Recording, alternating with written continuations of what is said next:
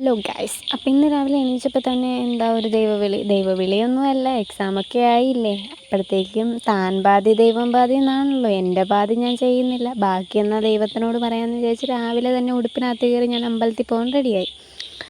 അങ്ങനെ ഞാൻ ഉടുപ്പിനകത്തൊക്കെ കയറിയിട്ട് രാവിലെ ഇറങ്ങി നടക്കാൻ തുടങ്ങി. അമ്പലത്തിൽ ചെന്നപ്പോഴത്തേക്കാണ് അവിടെ കുറേ സ്റ്റെപ്പൊക്കെ ഉണ്ട്. എനിക്ക് വരുന്ന പ്രത്യേകിച്ച് ക്യാമറാമാനൊന്നും ഇല്ലാത്തതുകൊണ്ട് ഞാൻ തന്നെ അവിടെ സ്റ്റെപ്പൊക്കെ കൊണ്ട് ക്യാമറ വെച്ചിട്ട് എൻ്റെ വീഡിയോ ഞാൻ തന്നെ എടുത്തല്ല, നമുക്ക് വേറെ ആരും ചെയ്തു തരാനില്ലല്ലോ. അങ്ങനെ ഞാൻ ആ സ്റ്റെപ്പൊക്കെ പിടച്ച് കുത്തി കയറി അമ്പലത്തിൻ്റെ വാതിക്കലെത്തി. അങ്ങനെ അമ്പലത്തിൽ കയറി തൊഴിലൊക്കെ കഴിഞ്ഞിട്ട് 2 മിനിറ്റ് അവിടെ നിന്ന് ദൈവത്തോട് എൻ്റെ സങ്കടമൊക്കെ പറഞ്ഞിട്ട് ഞാൻ അവിടെ നിന്ന് പതുക്കെ ഇറങ്ങിപ്പോന്നു. ഇനി എങ്ങനെയും കയറിയ പോലെ ഒന്നും പാടുന്നില്ല, ഇറങ്ങിപ്പോകാൻ സുഖമാണല്ലോ. അങ്ങനെ ഞാൻ പിടച്ച് കുത്തി തിരിച്ച് ഞാൻ ഇറങ്ങി വീട്ടിൽ വന്നതിൻ്റെ മെയിൻ ഉദ്ദേശം നേരെ പോയത് കഞ്ഞിക്കലത്തിനകത്തോടാണ്. നല്ല വിശപ്പുണ്ടായിരുന്നു.